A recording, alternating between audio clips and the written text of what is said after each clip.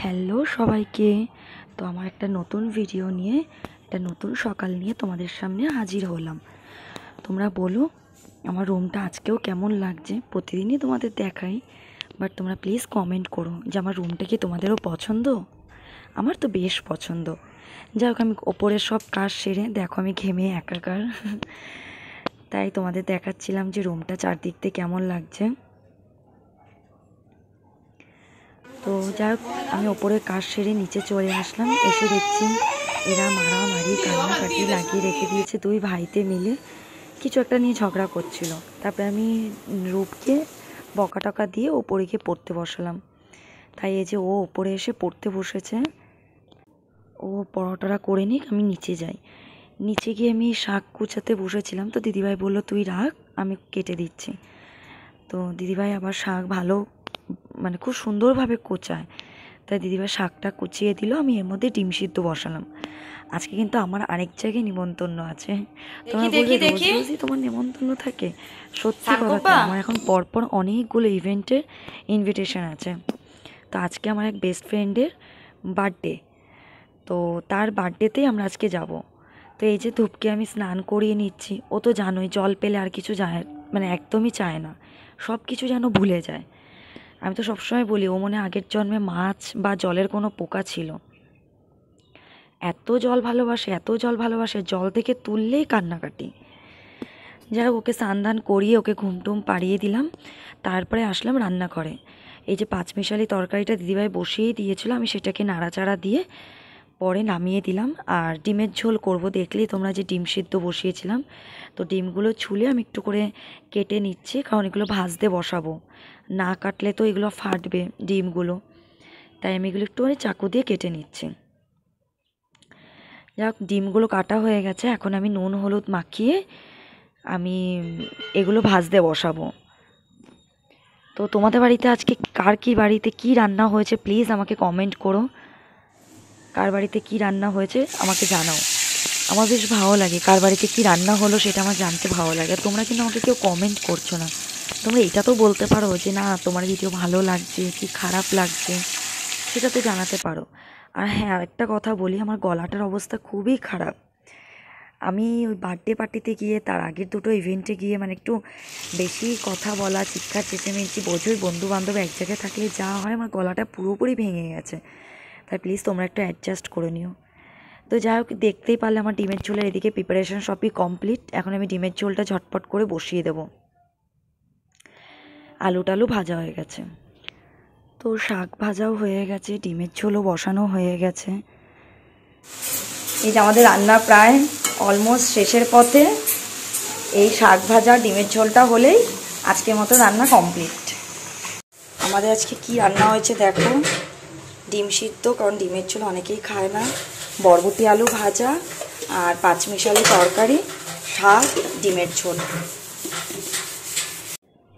আমি আর দিদিভাই একটু বাজারের জন্য বেরোচ্ছি, আর মুষলধারে বৃষ্টি হচ্ছিল। সকাল থেকে কোনো বৃষ্টি নেই, যেই আমরা কাজবাজ সেরে ভাবলাম একটু বাজারে যাই, কারণ আমার গিফটটা কেনা হয়নি।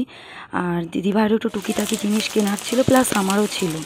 বাট এত বৃষ্টি হচ্ছে, এত বৃষ্টি হচ্ছে কি বলবো তোমাদের, ছাতা নিয়ে বেরিয়েও আমরা পুরো ভিজে গেছি। আমি কিছুটা দূর যাওয়ার পর দিয়ে আর ভিডিও শ্যুট করতে পারিনি, মানে মুষলধারে বৃষ্টি নেমে গেছিলো। তারপরে আমি ছাতা টাতা ধরার জন্য ব্যাগ ছিল, মোবাইল ছিল, আমি এত কিছু ম্যানেজ করতে পারছিলাম না, আমি ভিডিও শ্যুট করা বন্ধ করে দিয়েছি। তোমরা কে কোথা থেকে আমার ভিডিওটা দেখছো প্লিজ আমাকে কমেন্ট করে জানিও। আর কার কার ওখানে এত বৃষ্টি হচ্ছে সেটাও আমাকে জানাও। তো যাই হোক, এটা আমাদের হাবড়া প্ল্যাটফর্ম। তো আমরা প্ল্যাটফর্মটা যে সামনেই, আমরা রেলটা মানে রেল লাইনটা আমরা পার করে বাজারের দিকে যাচ্ছি। এরপর থেকে আমি আর ভিডিও বেশি শ্যুট করতে পারিনি, দেখতেই পারবে। আর আমি যেন কিছু একটা বলছিলাম দিদিভাইকে, দিদিভাইও হাসছে ক্যামেরার দিকে তাকিয়ে। তো এই হচ্ছে সেই ব্যাগ, যেই ব্যাগটা আমি কিনতে গেছিলাম। ব্যাগটা কেমন হয়েছে জানিও, এটাই আমি গিফট করব। আমি একা না, আমার আরেকটা বান্ধবী মিলে গিফট করব। তো অনেক বেলা হয়ে গেছিলো, বাজার থেকে এসে আমি মাথা টাথা ঘষলাম, স্নান করতে অনেক দেরি হয়ে গেছিলো। আর আমার বোনও এসে হাজির। কি করছো বাবা তুমি? দুষ্টু করছো, দুষ্টু করছো। তো ধূপের কথা শুনতেই পারলে কত বক বক করেও। তো যাক, আমি এর মধ্যে চা বসিয়েছি, কারণ আমাদের আবার রেডি হয়ে বেরোতে লাগবে। বোন চা খাবে, আমি একটু চা খাবো, ধূপকে খাওয়াবো, আর তারপরে তাড়াতাড়ি করে খাইয়ে আমরা ঝটপট করে রেডি হয়ে নিই, কারণ লেট হয়ে যাবে নাহলে আমাদের ওদিকে যেতে যেতে। রেডি হয়ে গেলাম বার্থডে পার্টির জন্য। তাহলে চলো বার্থডে পার্টিতে গিয়ে তোমাদের সাথে দেখা হচ্ছে। আর এই যে আমাদের আউটফিটগুলো কেমন লাগছে বলো। দেখো বোনকে, এটা বোনের আউটফিট, যদিও বা এটা আমিই গিফট করেছি। সবাই জানি ওকে কেমন লাগছে, বেশ ভালোই লাগছে ওকে দেখতে। আমার আউটফিট এটাও কেমন লাগছে বলো। আশা করি তোমরা এটা আগে দেখেছো মনে হয়, না দেখোনি এই আউটফিটটা। তো কেমন লাগছে বলো আমাদের। চলো তাহলে দেখা হচ্ছে বার্থডে পার্টিতে। এই যে রূপ, এটা হচ্ছে রূপের আউটফিট। আমরা সবাই রেডি। তো আমার বাড়ির থেকে বেশি দূর না, বাইকে যেতে বড়জোর 5 থেকে 6 মিনিট লাগে, আর হেঁটেও যাওয়া যায়। তো আমি আর ছোটটা মানে ধূপ আগে যাচ্ছি, তোমাদের দাদা ছেড়ে রেখে আসছে। আমরা ভেতরে ঢুকবো না, নিচে দাঁড়িয়ে থাকবো। আর বোন আর রূপ পরে আসছে, আরও আমার দুটো বান্ধবী আসবে, তাদের মেয়ে, তাদের বর, সবাই আসবে। দেখতেই পারবে, আমি সবার সাথে দেখাবো, তোমাদের আলাপ করাবো। এই যে ওরা চলেও আসলো, আমার বোন, রূপ সবাই এসছে। তো আমরা এখন ওপর দিকে যাই, গিয়ে ওকে সারপ্রাইজ করি। আর ও না জানে না যে আমরা আসছি, আমরা ওকে সারপ্রাইজ দিচ্ছি। তো দেখি ও কেমন সারপ্রাইজ হয় গিয়ে। তো যাই হোক, এই যে ও কেক কাটার জন্য রেডি। 4টে কেক হয়েছে, আমরা একটা নিয়ে গেছি, দাদা একটা নিয়ে এসছে, মানে ওর বর সৌরভটা একটা নিয়ে এসছে, আরেকটা বান্ধবীদের গ্রুপ পাশেই বসা হয়েছে দেখতে পাচ্ছ, ওরা একটা নিয়ে এসছে, ওর ভাগ্নি একটা নিয়ে এসছে। এই করে 4টে কেক কেটেছে। বিশাল ব্যাপার, তাই না বলো।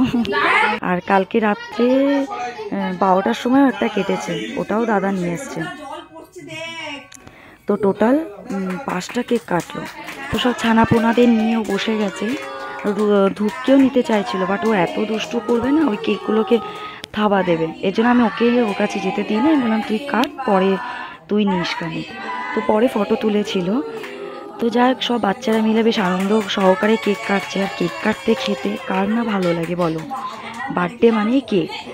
তো আমরা খুব হাসাহাসি করছিলাম।